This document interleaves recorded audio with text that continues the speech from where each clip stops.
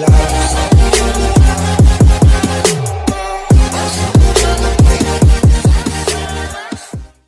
students, good morning. How are you all? Today we are going to discuss Rawls theorem. Question number 6 first part. Statement is verify Rawls theorem. बेटा मैंने आपको पहले बताया Rawls theorem में दो type की conditions होती हैं. फर्स्ट होता है रॉल्स थ्योरम आर एप्लीकेबल और नॉट. वो तीन कंडीशंस आपने प्रूव करनी होती हैं. अगर तीन कंडीशन में से कोई भी कंडीशन आपकी एक फेल हो जाती है तो वो नॉट एप्लीकेबल है. वेरीफाई का मतलब होता है to find the value of C की वैल्यू फाइंड करनी होती है. वो इंटरवल में होती है, ओपन इंटरवल में. तो तीन कंडीशन कौन सी? फर्स्ट कंटिन्यूस के लिए बेटा मैंने आपको बताया क्लोज इंटरवल पे होता है. और कैसे कैसे कंडीशंस के लिए होता है, जैसे रैशनल फंक्शन है, पॉलिनोमियल है, एक्सपोनेंशियल है, कोसाइन वाला है, टेन का है और साइन वाला है और कांस्टेंट फंक्शन है. ये जो होते हैं अगर ये आइडेंटिफाई आप डायरेक्ट कर पाते हैं तो इनको सीधा लिख सकते हैं. कंपोजिशन फंक्शन होता है.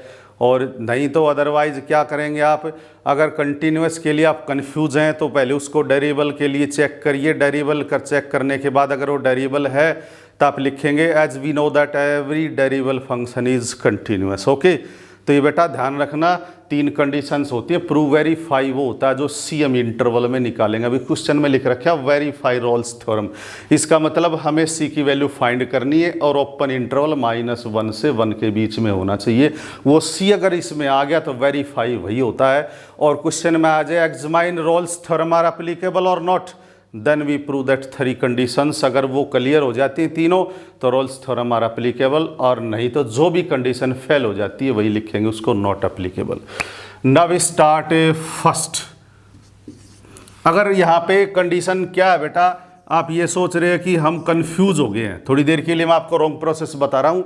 अगर आप सोच रहे हैं कंफ्यूज हो गए कि ये फंक्शन किस टाइप का है, तो फंक्शन वैसे एक्सपोनेंशियल फंक्शन है. आज मैं आपको बता दूं एक्सपोनेंशियल फंक्शन है और कंटिन्यूस होता है. अगर आप फिर भी कंफ्यूज हो जाते तो इसको डेरिवेबल कन्वर्ट कर लो. डेरिवेबल में अगर ये डेरिवेबल हो गया तो ये आप लिखेंगे every derivable function is continuous. तो मैं आपको दोनों प्रोसेस बता देता हूँ. फर्स्ट में आप लिखेंगे f x be a exponential function and continuous on close interval -1 से 1. सेकेंडली करेंगे बेटा इसका डिफरेंशिएशन एफ डैश एक्स. कैसे करेंगे? एक्सपोनेंशियल की कंडीशन एज इट इज और 1 - x² का बनेगा -2x. अब आप देख रहे हो ये इनफाइनाइट में भी कवर नहीं हो रहा है, आयोटा भी नहीं बन रहा है. देख रहे हैं आप इनफाइनाइट और आयोटा दोनों ही नहीं है. तो यहाँ पे लिखेंगे आप एग्जिस्ट ऑन ओपन इंटरवल -1 से 1. Third condition f of -1. F of -1 आप रखेंगे, एक्स को -1 रखेंगे तो e to the power 1 - 1 that is e to the power 0 naught, जिसको हम कहते हैं 1. एफ ऑफ 1 एक्स को 1 रखना है. e to the power 1 - 1 that e to the power naught, जिसको हम लिखेंगे 1. F of -1 equal to F of 1. तो यहाँ से आप देख रहे हैं all the conditions of Rolle's theorem, all the conditions of Rawls theorem are satisfied, then there exists a number c which belongs to -1 to 1 such that f dash c is equals to 0. Now we start F dash C. बेटा इससे पहले हमें F dash X लिखना है. F dash X is equals to e to the power 1 - x² into -2x. ठीक है, मैं एक बार इसको इरेज करके आधा हाफ पार्ट लिख रहा हूँ यहीं पे. F dash C is equals to, अब एफ डैश सी देखिए क्या क्या बनेगा. यहाँ से हम एफ डैश सी निकालेंगे e to the power 1 - c² into -c. इसको 0 रखेंगे आप. एक नोट कर लेना, ये एक्सपोनेंशियल फंक्शन है। ई जो होता है वो कुछ भी पावर हो, कभी भी याद रखना बेटा जीरो नहीं होगा। ई की पावर नेगेटिव हो या पॉजिटिव हो कोई दिक्कत नहीं है। वैसे मैथ में ई की पावर जो होती है, ई जो होता है फिक्स होता है 2.7, फिजिक्स में होता है 2.7 से 2.85 तक, अलग अलग मैटर होता है इसका। लेकिन एक ध्यान रखना, ई वाले जो फंक्शन होते हैं, जो भी एक्सपोनेंशियल फंक्शन होते हैं बेटा, वो कभी भी जीरो के इक्वल नहीं होते, याद रखना, आपने रखने भी नहीं है। तो यहाँ से हमारे पास दो फैक्टर है। फर्स्ट वाला E to the power 1 minus C square, E to the power 1 minus C square, और दूसरा वाला है -2c। अब याद रखना ये एक्सपोनेंशियल फंक्शन है, इसकी पावर जो है 1 माइनस सी स्क्वेयर है, तो ये बेटा कभी भी जीरो नहीं होगा। याद रखना एक्सपोनेंशियल फंक्शंस को आप कभी जीरो रख के वैल्यू नहीं निकाल सकते, नोट कर लेना। हाँ, ये जीरो नहीं हो सकता तो फिर ये वाला जीरो होगा, तो इसका मतलब c की वैल्यू जो है वो जीरो आ गई, विच बिलोंग्स टू -17, और ये बेटा रोल्स थ्योरम है वो वेरीफाई होगी। अब सुन लो, मैंने आपको एक प्रोसेस और बताया था। हो सकता हमें इस फंक्शन की आइडेंटिफाई नहीं आए कि ये कौन सा, जैसे मैंने लिख दिया था एक्सपोनेंशियल फंक्शन है, हमने लिख दिया कंटिन्यूअस है, फिर हमने सेकंड वेरिएबल कर लिया। मैं आपको इसके अलावा एक कंडीशन और बताता हूँ। कई बार माइंड क्या होता है, ऐसा फिसल जाता, हमें आइडेंटिफाई नहीं होती है, तो हम इसका क्या करते हैं, फर्स्ट वाला अगर आइडेंटिफाई नहीं होता, एक्सपोनेंशियल फंक्शन है, तो हम इसको first we differentiate e to the power x 1 minus x square into -2x। अब आप देख रहे हो ये आयोटा और इनफाइनाइट जो है वो नहीं बन रहा है, क्योंकि ये स्क्वायर रूट में भी नहीं है और u/v में भी नहीं है। तो यहाँ आप लिखेंगे एग्जिस्ट ऑन -1 से 1, यानी कि ये डेरिवेबल हो गया। सेकंड वाला करेंगे आप, अगर कोई भी फंक्शन डेरिवेबल होता है तो हम जानते हैं कॉन्टिन्यूअस जरूर होता है। तो यहाँ पे लिखेंगे every derivable function is continuous, then it is continuous on -1 से 1। ठीक है बेटा। थर्ड वाली कंडीशन आपने एज इट इज करनी थी, ये मैंने आपको दूसरा प्रोसेस बताया क्वेश्चन को सोल्व करने का। अगर आपको आइडेंटिफाई नहीं है तो फर्स्ट उसका आप डिफरेंशिएशन करके सेकंड वाला एज इट इज लिखेगा। अगर ये एग्जिस्ट करता है तो ये 100% कंटिन्यूस होगा। अगर ये डज नॉट एग्जिस्ट है तो आपने इसको लिखने की आवश्यकता नहीं। इसके बाद थर्ड कंडीशन आप ऐसे लिख सकते हो। तो पहली दो चॉइस आपके हाथ में है। मैंने क्वेश्चन नंबर 6 का फर्स्ट पार्ट बेटा वो कंप्लीट कर दिया। अभी हम नेक्स्ट पार्ट का सॉल्यूशन करने जा रहे हैं। Now we start question number 6 second part. fx is equals to e to the power x cos x on interval -π/2 से π/2। बेटा फर्स्ट हम लिखेंगे सॉल्यूशन में इसको। आप देख रहे हो ये एक्सपोनेंशियल फंक्शन, ये cosine function. As we know that exponential function is also continuous and cosine function is also continuous. इससे पहले मैंने आपको कंडीशन बताई थी, two functions are continuous, then their sum is also continuous, then their product is also continuous, then their divisible is also continuous. यानी कि math के जो फोर्थ ऑपरेशन होते हैं, मल्टीप्लिकेशन, एडिशन, सब्ट्रैक्शन, डिवीजन, ये चारों कंडीशन उस पर यूज़ होती है। अगर टू फंक्शन को कंटिन्यूअस होते हैं तो उनका सम भी कंटिन्यूअस है, प्रोडक्ट भी कंटिन्यूअस है, डिवाइड भी कंटिन्यूअस है, मल्टीप्लाई भी कंटिन्यूअस है। अगर किसी फंक्शन को आप किसी कॉन्स्टेंट से मल्टीप्लाई करेंगे तो वो कंटिन्यूअस है। तो यहाँ पे लिखेंगे आप fx be the continuous on -π/2 से π/2। Second differentiation f dash x, product rule use कर लो आप। एक एक्सपोनेंशियल फंक्शन, एक trigonometrical function. Exponential function as it is cos x function differentiation -sin x plus e to the power x का e to the power x and cos x, that is e to the power x common -sin x plus cos x। और देख रहे हैं आप ये exist है on -π/2 से π/2। Open interval. Third वाला केस जो F of A equal to F of B, अब फर्स्ट एफ ऑफ ए क्या है, A minus pi by two, B pi by two. अब लिखेंगे आप F of minus pi by two equal to, आपने इसमें पाई बाई टू रखना है, E to the power minus pi by two cos pi by two. अब cos pi by two बेटा zero होता है, क्योंकि कोस 90 जीरो होता है, तो ये सारा मैटर जीरो बन गया। Secondly f of pi by two e to the power pi by two, और कोस ऑफ, यहाँ पे नेगेटिव आप लोगे तो भी याद रखना कोस का नेगेटिव नहीं होता, पॉजिटिव होता है। आप स्कोर लिखना चाहते हैं तो लिख लो e to the power minus pi by two, cos का नेगेटिव नहीं होता है, क्योंकि आपने +1 क्लास में पढ़ा था cos of minus theta is equals to cos theta, right, that is zero, and cos pi by two that is zero. इस टाइप से आप देख रहे हैं minus pi by two equal to F of pi by two. तो तीनों condition हमने clear कर दी। तब लिखेंगे all the conditions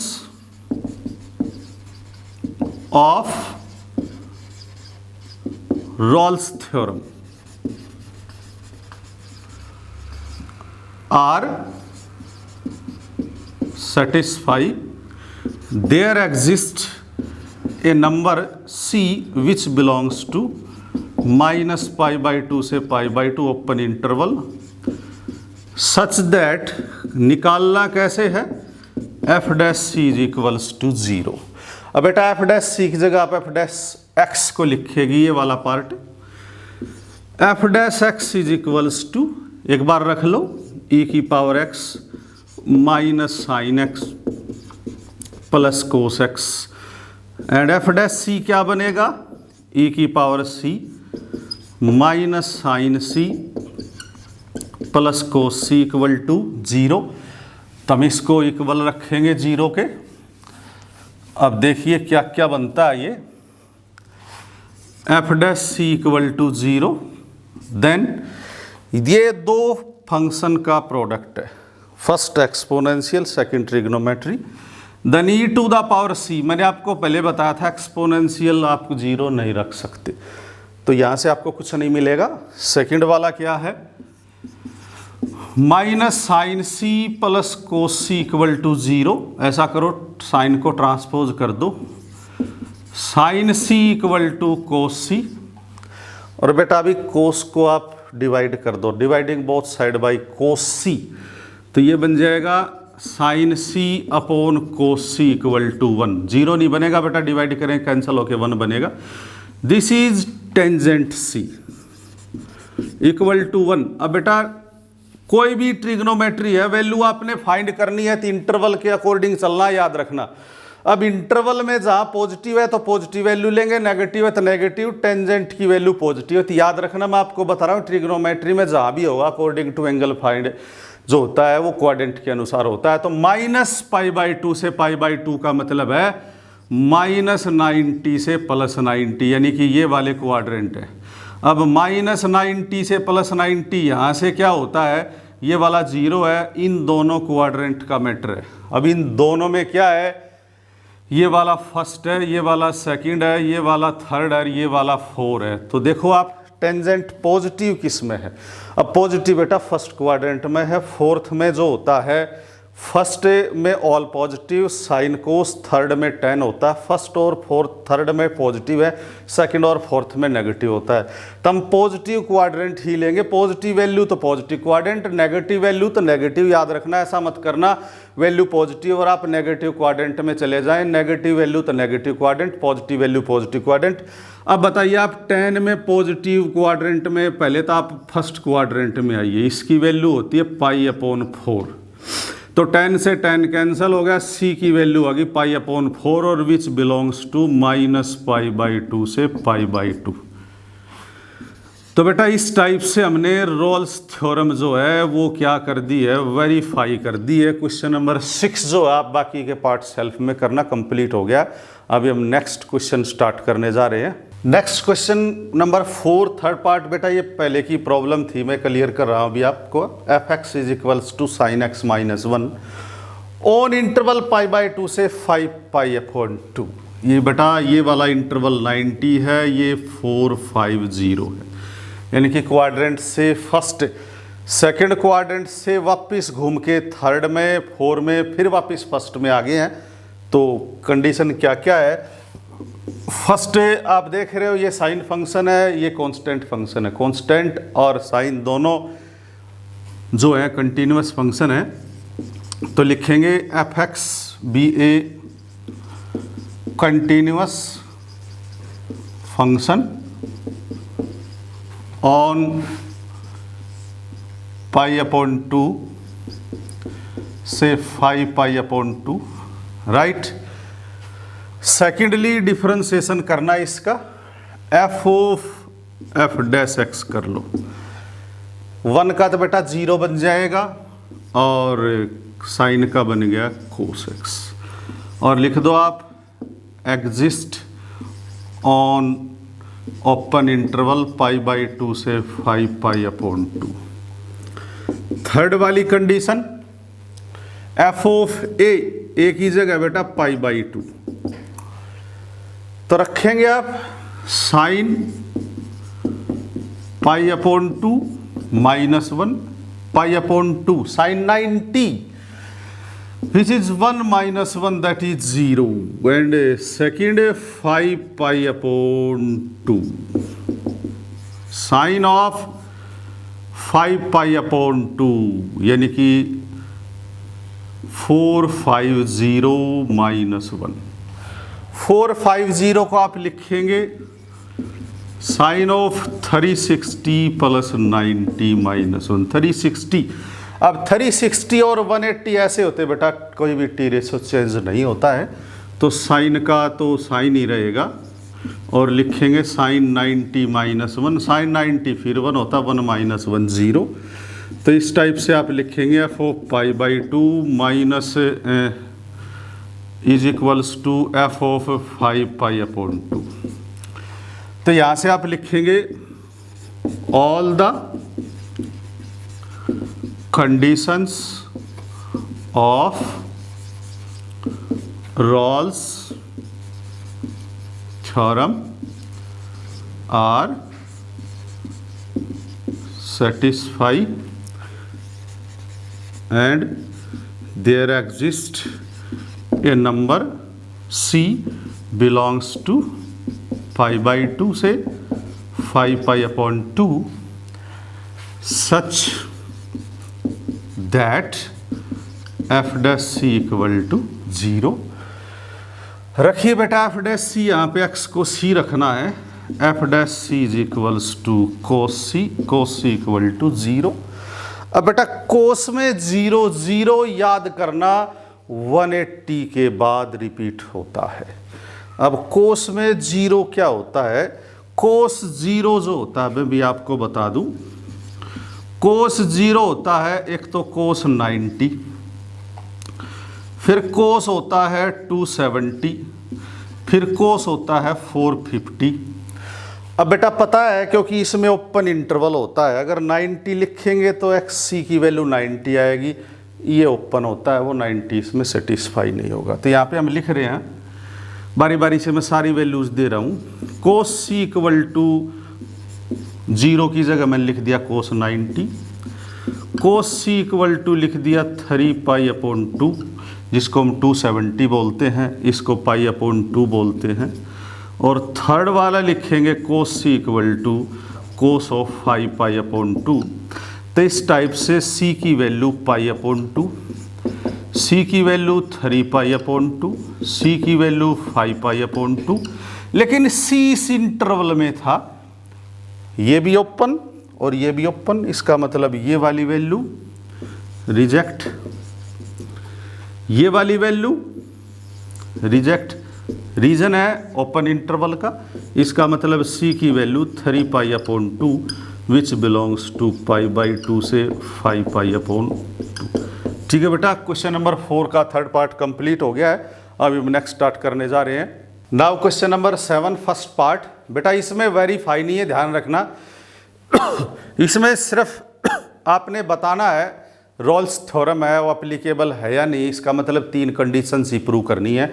examine the applicability of the Rolle's theorem और नॉट, सिर्फ 3 कंडीशन वहां तक लिखना आपने जो हम लिखते थे, all the 3 conditions of Rolle's theorem are satisfy और नॉट, और उसके बाद लिखते थे रॉल्स थ्योरम आर एप्लीकेबल और नॉट। अगर सिर्फ पूछे आप एप्लीकेबल है या नहीं है तो सिर्फ 3 कंडीशन, तो क्वेश्चन वही आ गया जो मैंने आपको बताया था, वेरीफाई में सी फाइंड करना होता है।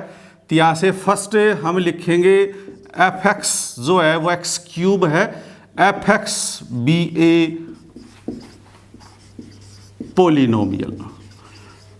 अब बेटा एफ एक्स जो है वो पोलिनोमियल है और लिखेंगे एंड कंटिन्यूअस ऑन -1 से 1, कंटिन्यूअस हो गया बेटा ये।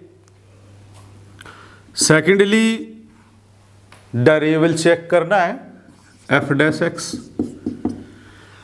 X cube, differentiation of x cube 3x square. आप देख रहे हो आयोटा और इनफाइनाइट जो है वो यहाँ पे पॉसिबल ही नहीं है क्योंकि स्क्वायर रूट नहीं है, u अपॉन v क्वेश्चन नहीं है। तो यहाँ पे लिखेंगे आप एग्जिस्ट ऑन ओपन इंटरवल -1 से 1। थर्ड कंडीशन f ऑफ 1, आपने x को 1 रखा, 1 क्यूब 1। Second condition -1 cube -1। देख रहे दोनों चीज अलग अलग आ गए यहाँ पे, f of 1 is not equal to -1। तो आप देख रहे हो फर्स्ट कंडीशन कंप्लीट हो गई थी, सेकेंड भी होगी थी, थर्ड वाली फेल होगी। तो यहाँ पे आप लिखेंगे रॉल्स थ्योरम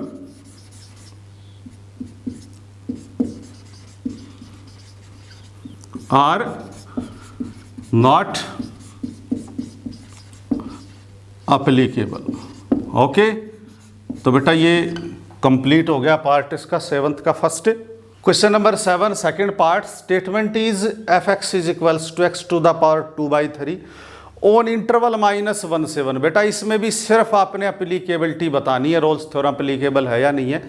तो मैं वही फर्स्ट 3 कंडीशंस, अब आप देख रहे हो x टू द पावर 2/3 जो भी मैंने आपको बताए थे, कांस्टेंट फंक्शन था, आइडेंटिटी फंक्शन था, पोलिनोमियल था, रेशनल था, एक्सपोनेंशियल था, मॉडुलस फंक्शन था, कोसाइन था, कंपोजिशन फंक्शन था, साइन था, टेंजेंट था, वो वाले इसमें उसमें से किसी में नहीं आता था। ऐसे क्वेश्चन जिन पे हमें कोई भी आइडेंटिटी वेरीफाई नहीं हो रही है तो उसके लिए हम पहले उसको डेरिवेबल चेक कर लेते। मैंने आपको बताया था अगर आपको ये लगेगा कि हमें ये क्लियर नहीं हो रहा है कौन सी टाइप का फंक्शन है तो उसको पहले आप डेरिवेबल के लिए कन्वर्ट कर लीजिएगा। अब इसको डिफरेंशिएशन करेंगे, एफ डैश एक्स से डिफरेंशिएशन कर लो, 2/3 आगे आ गया, एक्स की पावर इसमें सब्ट्रैक्ट करेंगे 2/3 -1 that is 2/3, x to the power -1/3 इसको लिखेंगे 2/3 एक्स टू द पावर 1/3। मैंने डिफरेंशिएशन में आपको बताया था ये 2 चीज़ जो है कंडीशन है वो कभी नहीं चलती है। First infinite, second iota, iota बनता है स्क्वायर रूट में, इनफाइनाइट बनता है lower part numerator denominator, denominator 0। इसका मतलब 3 तो 0 हो नहीं सकता। ये वाला 0 कब हो सकता है, x की पावर 1/3 इक्वल टू 0, जब x की वैल्यू 0 है तो ये नॉट डिफाइंड बन जाएगा। अब आप देखो x की वैल्यू अगर इसके ओपन इंटरवल में लाई करती है तो आप डज नॉट एग्जिस्ट लिख सकते हो when x equal to 0। When x equal to 0, 0 किस में लाई करता है, -1 से 1 में, और ये हो गया डज नॉट एग्जिस्ट। अब डज नॉट एग्जिस्ट हो गया तो लिखेंगे आप नॉट एप्लीकेबल। ठीक है बेटा, और हमने इस टाइप से प्रूव कर लिया है। आपकी एक्सरसाइज रॉल्स थ्योरम है वो कंप्लीट होगी, एक LMV पेंडिंग है, नेक्स्ट वीडियो में हम LMV स्टार्ट करेंगे। ओके।